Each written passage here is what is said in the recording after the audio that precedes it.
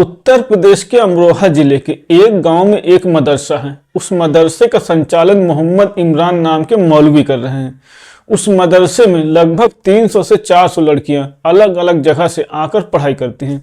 सबके रहने की और खाने की व्यवस्था उसी मदरसे में ही होती है अलग अलग।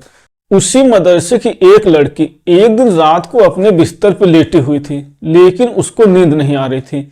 इसीलिए वो अपने बिस्तर से उठती है और किचन में जाकर एक बड़ी सी मोमबत्ती लेकर आती है और उस मोमबत्ती को लेकर आने के बाद उस मोमबत्ती के साथ शारीरिक संबंध बनाने लगती है। और वो लड़की मोमबत्ती के साथ इतना तेज से संबंध बना रही थी कि उसकी आवाजें कमरे से बाहर तक जा रही थी। लेकिन उस लड़की को इस बात की जरा से भी खबर नहीं थी कि उसकी आवाजें कोई सुन भी रहा होगा। इसीलिए वो बिना किसी की परवाह किए लगातार उस मोमबत्ती के साथ शारीरिक संबंध बना रही थी। लेकिन उस मदरसे का मौलाना मोहम्मद इमरान उसकी आवाजें उसके कमरे के बाहर से छुपकर सुन रहा था।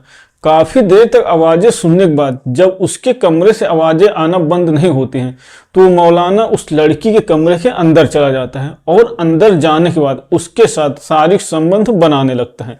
वो मौलाना उस लड़की के साथ इतना दर्दनाक तरीके से शारीरिक संबंध बनाता है कि उसकी हालत खराब कर देता है। वो लड़की उसके सामने हाथ जोड़ती है कि मुझे छोड़ दो, लेकिन वो मौलाना उसको बिल्कुल भी नहीं छोड़ता है। लगभग आधे घंटे तक शारीरिक संबंध बनाने के बाद जब वो शांत पड़ जाता है तो वहां से चला जाता है और उस लड़की को इस बात की धमकी देकर जाता है, अगर इसके बारे में किसी को भी बताया तो तुमको जान से मार दूंगा। दोस्तों, ये घटना एक मदरसे की है जहां पर एक लड़की को एक मोमबत्ती के साथ संबंध बनाता हुआ देखकर उस मदरसे का मौलाना उसका नाजायज फायदा उठाता है और कई सालों तक उस लड़की के साथ शारीरिक संबंध बनाता रहता है।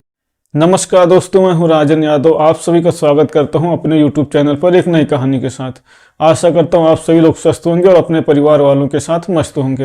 दोस्तों, कहानी में आगे बढ़ने से पहले आप सभी लोगों से एक छोटी सी रिक्वेस्ट है। अगर आपने अभी तक हमारे चैनल को सब्सक्राइब नहीं किया तो प्लीज चैनल को सब्सक्राइब कर दीजिए और वीडियो को लाइक कर दीजिए। दोस्तों, इस कहानी की शुरुआत उत्तर प्रदेश के मेरठ जिले से होती है। मेरठ जिले का एक कस्बा है मवाना। वहां पर एक परिवार रहता था। उस परिवार के मुखिया का नाम मोहम्मद जुबैर है। मोहम्मद जुबैर के परिवार में उनकी बीवी के अलावा उनके 2 बच्चे हैं, एक बेटी जेबा और एक बेटा आसिफ। दोस्तों, उनका बेटा उनके काम में उनका हाथ बटाता है और उनकी बेटी पास के एक स्कूल से अभी 10वीं की पढ़ाई कर रही थी। उनके परिवार में किसी भी तरह की कोई दिक्कत नहीं थी, सब कुछ अच्छे से चल रहा था। एक दिन जेबा बाथरूम में नहा रही थी और वो बाथरूम का गेट बंद करना भूल गई थी। तभी घर पे अचानक से उसका भाई आसिफ आ जाता है और जब वो अपनी ही बहन को बिना कपड़ों के देखता है तो वो बिल्कुल पागल हो जाता है, क्योंकि उसकी बहन जेबा देखने में बेहद ही खूबसूरत थी। इसके बाद उस टाइम तो वो वहां से चला जाता है, लेकिन पूरा दिन अपनी बहन जेबा के बारे में ही सोचता रहता है।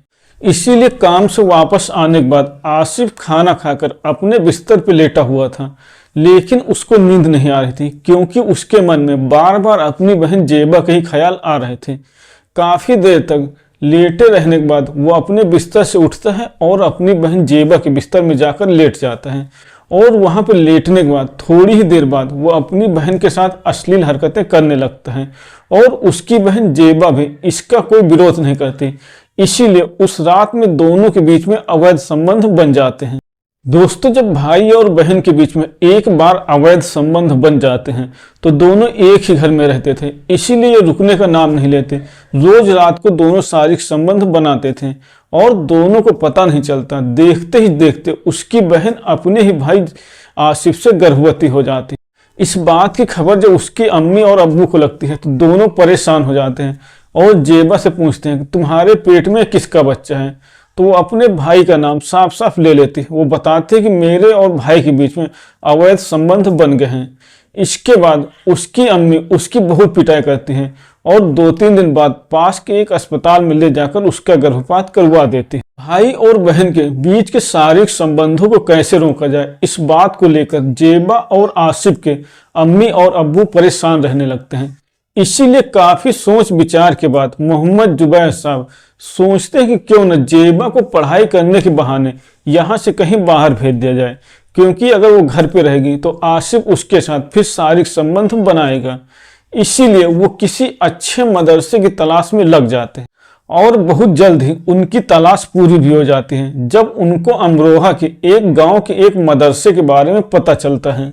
दोस्तों, इसके बाद मोहम्मद जुबैर साहब अपनी बेटी जेबा को लेकर उस मदरसे में आते हैं और उसका दाखिला वहीं करवा देते हैं।